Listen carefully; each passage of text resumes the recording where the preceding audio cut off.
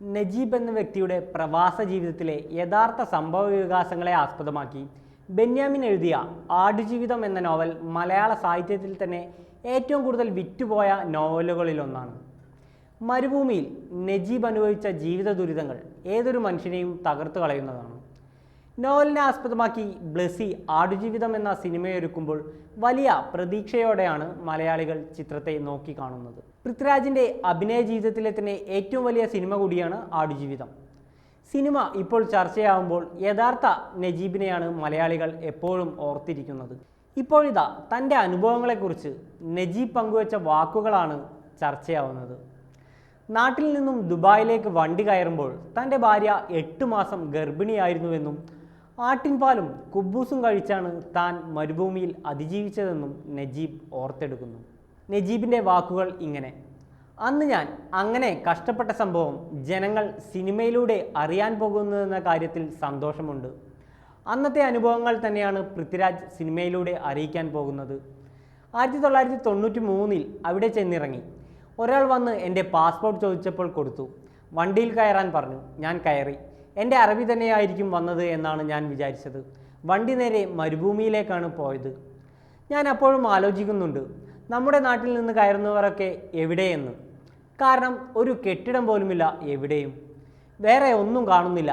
കുറേ നേരം മരുഭൂമിയിലൂടെ യാത്ര ചെയ്തു. ഒരുപാട് ഓടി സന്ധ്യയ്ക്ക് വണ്ടി വന്ന് നിർത്തിയത് ഒരുപാട് ആടുകളും ഒട്ടകങ്ങളും ഒക്കെയുള്ള സ്ഥലത്താണ്.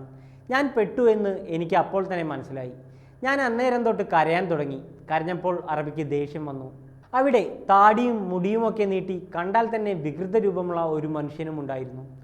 ഇവരോടൊന്നും സംസാരിക്കാൻ ഭാഷ പോലും എനിക്ക് അറിയുമായിരുന്നില്ല. ഞാൻ ആലോചിക്കുന്നത് അവിടെ നിന്ന് പോരുമ്പോൾ 8 മാസം ഗർഭിണിയായ എൻ്റെ ഭാര്യയെക്കുറിച്ചാണ്. മരുഭൂമിയിൽ എപ്പോഴും മണൽക്കാറ്റാണ്. ആരോ പുതച്ച ഒരു പുതപ്പും പുതച്ചാണ് ഞാൻ അവിടെ കിടന്നത്.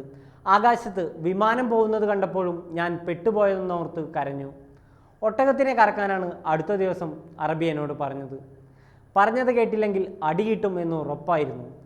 വെള്ള ആടിനെ പിടിച്ചു കൊണ്ടുവരാൻ പറഞ്ഞപ്പോൾ ഞാൻ കറുത്ത ആടിനെ പിടിച്ചു വന്നു. അപ്പോഴും കിട്ടി അടി. അറബി കഴിച്ചതിൻ്റെ ബാക്കി ഉണങ്ങിയ കുബൂസൊക്കെയാണ് ചിലപ്പോൾ കിട്ടുക. അവസാനം ജീവൻ നിലനിർത്താൻ വേണ്ടി ആടിൻ്റെ പാൽ കറന്ന് കുടിക്കാൻ തുടങ്ങി. ഇവരുടെ കണ്ണു വെട്ടിച്ച് 1.5 ദിവസം മരുഭൂമിയിൽ കൂടി ഓടിയിട്ടുണ്ട്. അവിടുന്ന് രക്ഷപ്പെട്ട് 5 വർഷം കഴിഞ്ഞ് 2000-ൽ വീണ്ടും ദുബായ്ക്ക് വണ്ടി കയറി. ആ സമയത്താണ് ബെന്യാമിനെ പരിചയപ്പെടുന്നത്. അന്ന് ബന്ധുക്കൾ ഉണ്ടായിരുന്നു അവിടെ. അങ്ങനെയാണ് രണ്ടാമത് പോയത്. ഒരു ജോലിക്ക് വേണ്ടി ശ്രമിക്കുന്നതിനിടയിൽ അളിയൻ്റെ സുഹൃത്ത് സുനിലിൻ്റെ അടുത്ത് എൻ്റെ കഥ പറഞ്ഞു. അപ്പോൾ തന്നെ ജോലി ശരിയാക്കി തന്നു. സുനിലിൻ്റെ സുഹൃത്തായിരുന്നു ബെന്യാമിൻ. അങ്ങനെയാണ് ബെന്യാമിൻ എൻ്റെ ജീവിതം കഥയാക്കുന്നത്. പുസ്തകത്തിൻ്റെ പ്രകാശനത്തിന് എനിക്കായിരുന്നു ആദ്യത്തെ കോപ്പി സമ്മാനിച്ചത്. കേരള സാഹിത്യ അക്കാദമി അവാർഡ് പുസ്തകത്തിന് കിട്ടിയതോടെ നിരവധി ആളുകൾ വിളിയും മറ്റുമൊക്കെ തുടങ്ങി എന്നാണ് നജീബ് തൻ്റെ ജീവിതത്തെക്കുറിച്ച് പറഞ്ഞത്.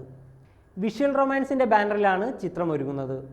AR റഹ്മാൻ സംഗീത സംവിധാനം നിർവഹിക്കുന്ന ചിത്രത്തിന് വേണ്ടി റസൂൽ പൂക്കുട്ടിയാണ് ശബ്ദമിശ്രണം ചെയ്യുന്നത്.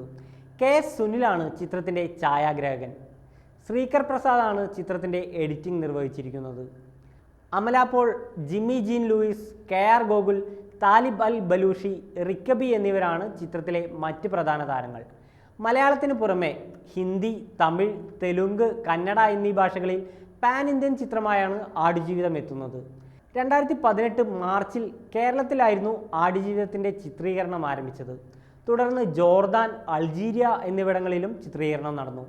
ഇതിനിടയിൽ കോവിഡ് കാലഘട്ടത്ത് ആടുജീവിതം സംഘം ജോർദാനിൽ കുടുങ്ങുകയും ചെയ്തിരുന്നു.